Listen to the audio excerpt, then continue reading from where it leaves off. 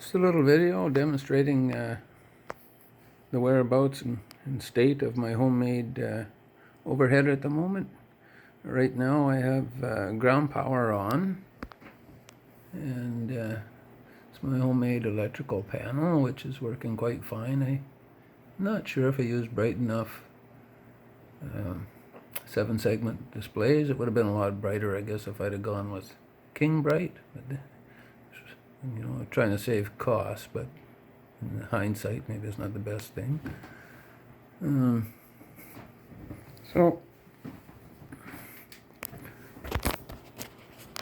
here we are with my, as I was saying, I've got ground power on, and there's my window heat, and probes, anti-ice, and my bleed air panel, which works quite well. Having a little issue with my land altitude and auto coming on at the right time. They work quite well, but they stay lit when I shut the power off, so I got an issue there.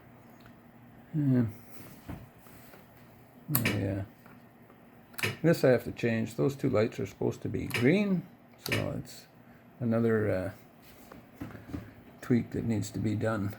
And all my gauges are homemade. I built them myself, and they work quite well. They're just servo driven. Actually, this one here, the exhaust temperature gauge, I bought that from a fellow in the UK, John Blows, and it works quite well too. Nothing wrong with it at all.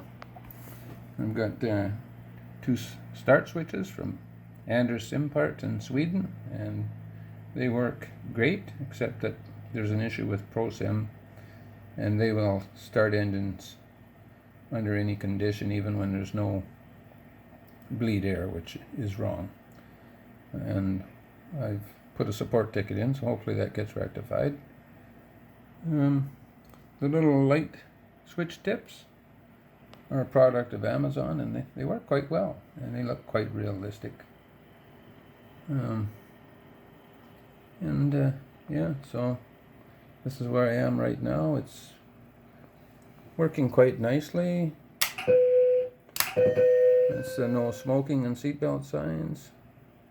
I think the sound needs to be tweaked a little bit on that. And galley and cabin power, and fuel pumps. And we don't really need them on right now because we're not running any engines or the APU. I guess we could, as a demonstration, APU start. We always get a little bit of low pressure on initial startup with the APU. And takes a few seconds to wind that APU up.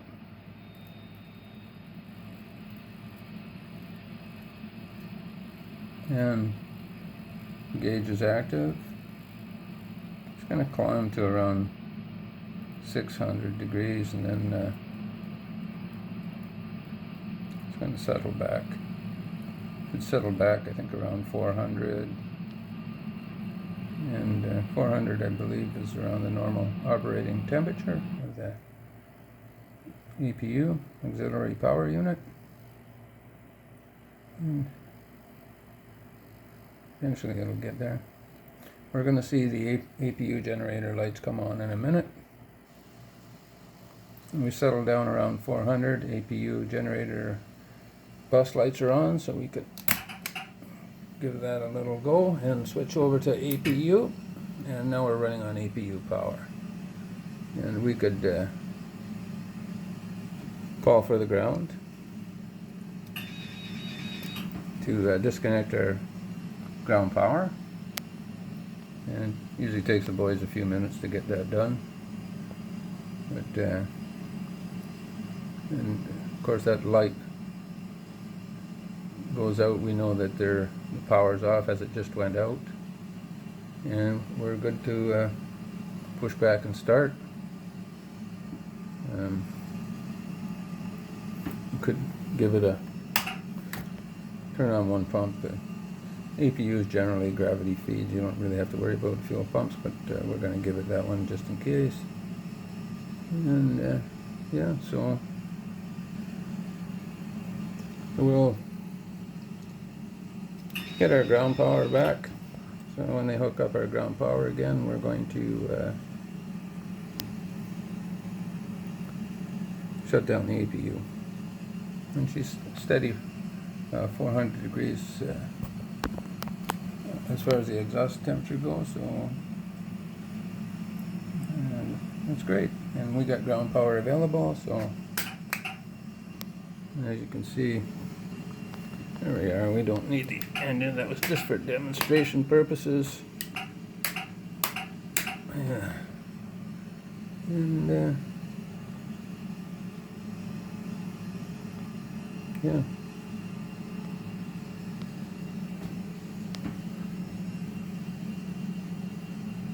I didn't switch that to ground power because I didn't feel it necessary at this time, but basically we're going to go to standby power now. And battery, we could, I'm not sure what happens if I go to standby. I'm not 100% sure on how that works. But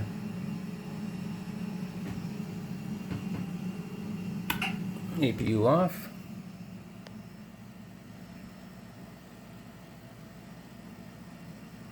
And it does take it a little while to cool, so it'll take a while before the needle drops.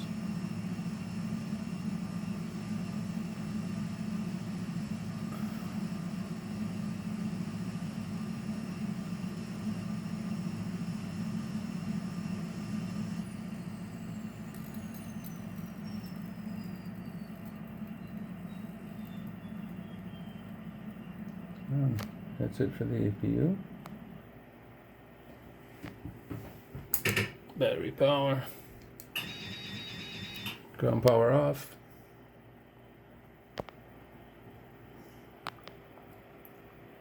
And as you can see, the backlights are still on because the ground power is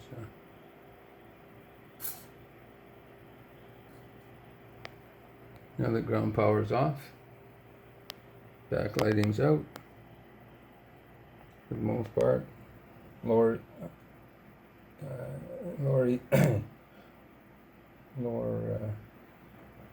ECAS is out.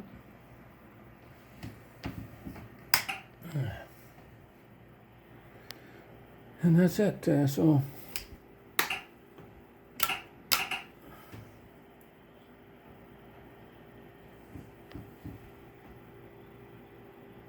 still got, yeah, I'll leave that there.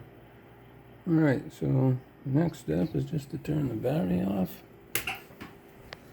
Once that's done, this is where I have the issue with the digits. They didn't go out, and they should have, because there's no power on the overhead right now.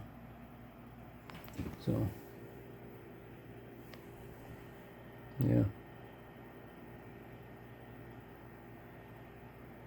and I should also, one other thing, I hooked up a really nice thing that I printed out on with my 3D printer. It was what you call a circuit breaker lamp, which I guess shines towards the back of the cockpit onto the circuit breaker panel. And I have it hooked up to a dimmer switch, and works quite nicely. So yeah, that's on Thingiverse. If anybody wants to look that up and print it out, works great.